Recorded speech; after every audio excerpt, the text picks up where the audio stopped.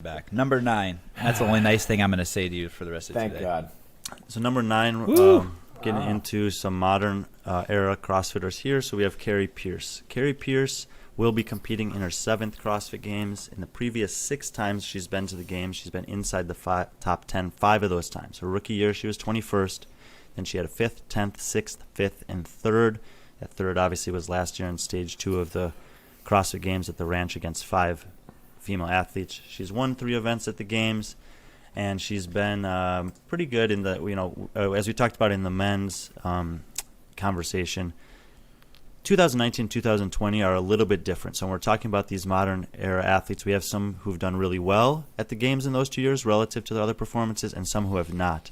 Carrie's one of these that was fairly consistent in all of the recent years, obviously, and she was consistent in the sanctional circuit. She took 2nd and 3rd 2 years at Wadapalooza against really good fields. I think it was Tia and Sarah Sigmundsdottir who beat her there, and then she was 6th at Rogue Invitational the year she competed.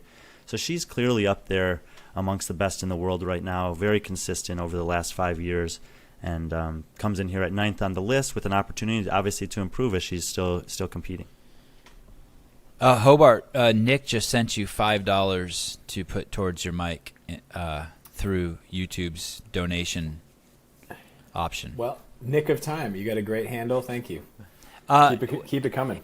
Brian, how far apart are Carrie and Julie Fouché? Like, I'm guessing they're not even close. Like, basically, you've by putting Carrie Pierce at number 9, the first thing that pops in my head is that number 9 is significantly better than number 10. Yeah, I kind of had groups of athletes, and so in the case of the women, basically 5 through 9 is one tier of athlete for me right now. And it was very difficult for me to distinguish between those. Like I said, Julie was kind of in the next group, and I just had her at the top of that group. I have a question. What if Carrie didn't finish 3rd last year, where she finished? Does she stay in 9th place?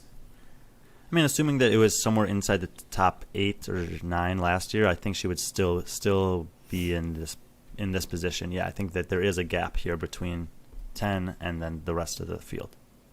Huge gap. And she also, I mean, when she won Mary, she beat everybody. Like, she didn't just beat women in her field. She beat every CrossFit Games athlete, including the best male of all time. Yeah, that's true. And in the case of both Noah and Matt, what I'm about to say could be relevant, but it's like less relevant than the fact that she beat a Brent Fikowski. That's a range of motion workout. Obviously, you have to have a tremendous capacity to do that, but when you're talking about 600 plus repetitions of a workout and you're 3 or 4 inches shorter than the person you're comparing them to, or 8 or 9 inches shorter than the person you're comparing them to, I don't think that someone who's 8 inches, I mean, how much better does your capacity have to be to make up 8 inches over 600 body weight reps? Pistols, handstand push-ups, and pull-ups? I mean, if Sevan and I were exactly the same fitness and I'm 5 inches taller than him, I could never beat him in that workout. All right. I just blocked everything out Brian said. Because that was devastating. What he just I just blocked it out. It's nonsense. Yeah. Let's cut that out of this. What Carrie did, Okay, never mind. What you said that Carrie did is, like, people really get your head wrapped around that. Yeah, at the Games fittest with a judge. men. Yeah, go ahead, James. No, you go. Let's double team him right now. Like you were saying, at the Games with a judge, she beat every single male CrossFitter in the world in that workout, and that is really a CrossFit workout. And she is a complete savage. Brian, could you say that she's the fittest American ever to grace the floor of the CrossFit Games? Let's hold on that question. Okay. Actually, this gave me an idea for another awesome top 10 list. Don't share it. Someone will steal it.